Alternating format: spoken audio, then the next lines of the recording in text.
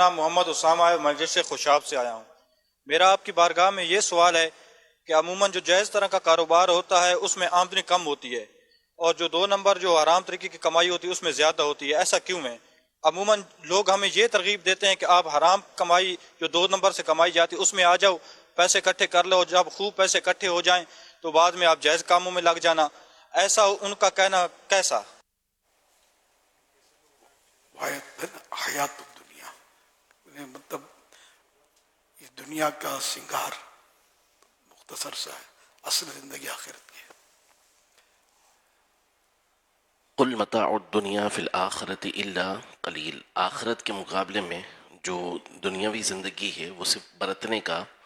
سامان ہے۔ اسی طرح مختلف چیزوں کی مثالیں دے کر اللہ پاک نے یہ ارشاد فرمایا قل اعنبئکم بخیر من ذالکم، کہ یہ دنیاوی مختلف ساز و سامان ہے، اس سے بہتر چیز کے بارے میں تمہیں بتاؤں؟ تو پھر آخرت کے بارے میں بتایا کہ آخرت کی جو جنت ہے ایمان والوں کے لیے، ڈرنے والوں کے لیے، وہ اس سے بہتر ہے۔ اصل دنیا میں جو مال کی بہتات وغیرہ جو ہے کہ بھئی حرام میں زیادہ آمدنی ہو جاتی ہے، حلال میں کم ہوتی ہے، لیکن جو برکت حلال میں ہے وہ حرام میں نہیں ہے۔ تو یہ دنیا میں عارضی طور پر یوں لگتا ہے کہ یار یہ ہم یہ حلال میں پڑھیں گے تو کچھ ملے گا نہیں، ایسا نہیں ہے۔ حلال کمانے والوں کی بھی ایک تعداد ہے جو مطلب زندہ ہے، وہ کھا رہی ہے، ان کے بچے بھی پل رہے ہیں۔ وہ حدیث پاک ہے الدنیا سجن المؤمن، الدنیا سجن المؤمن و جنت الکافر، دنیا مومن کے لیے قید خانہ ہے، مسلمان کے لیے قید خانہ ہے، جیل ہے، اور کافر کے لیے جنت یہ دنیا۔ حضرت مولانا جلال الدین رومی رحمۃ اللہ علیہ اس حدیث پاک کو اپنے نے اس طرح نظم کیا، انہوں نے ہست دنیا جنت آں کفار را، اہل ظلم و فسق آں اشرار را، بہر مومن ہست زندہ ای مقام، نیست زندہ جائے عیش و احتشام۔ یعنی یہ دنیا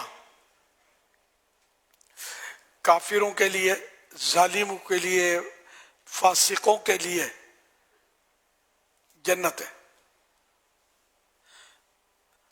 جبکہ مومن کے لیے یہ دنیا قید خانہ ہے، اور قید خانہ جو ہے وہ عیش و آسائش کی جگہ نہیں ہے، ذرا تکلیف ہوتی ہے۔ تو ہم مسلمان ہیں، اس لیے ہم پابند تو ہیں کہ یہ کرنا ہے، یہ نہیں کرنا ہے، حلال کھانا ہے، حرام نہیں کھانا، نماز پڑھنی ہے چاہے کیسی سستی ہو، نماز چھوڑنی نہیں ہے، روزہ رکھنا ہے،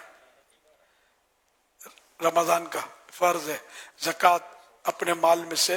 ان شرائط کے مطابق ہو تو دینی ہے وغیرہ، حج بھی کرنا ہے۔ تو اس طرح مطلب یہ کہ بہت سارے کام ہے، جھوٹ نہیں بولنا، وعدہ خلافی نہیں کرنی، کسی کی غیبت نہیں کرنی۔ تو اب یہ کہ یہ مسلمان کے لیے یہ قیودات ہیں، تو مسلمان کو اس طرح یہ ان میں رہنا ہے، اور اس کی جو اصل تو آخرت ہے، ابھی آیتیں میں ہم نے سنی کہ دنیا کا تو تھوڑا سا ہے معاملہ، وہ بھی مطلب اب آپ نے کما لیا، لیکن وہ سکون آپ کو نہیں ہے کہ جو یقیناً جنت میں ملے گا۔ دنیا میں اگر کہا جائے نا کوئی لذت ہی نہیں ہے، آپ چونکیں گے کیوں لذت نہیں ہے؟ جنت میں لذت ہے، وہ ایسے کہ جیسے کہ آپ کو بہترین بریانی دی گئی، آپ کی پسند کی ڈش دی گئی، کھاؤ، آپ نے مزے لے کے کھایا، آپ سیر ہو گئے، پیٹ بھر گیا آپ کا۔ آپ بولیں گے، آپ کو کہا جائے کہ بھئی اس سے بھی لذیذ ڈش آپ کو پیش کی جاتی ہے، اور رکھ دی اس کے مختلف ڈشیں آپ کے پاس،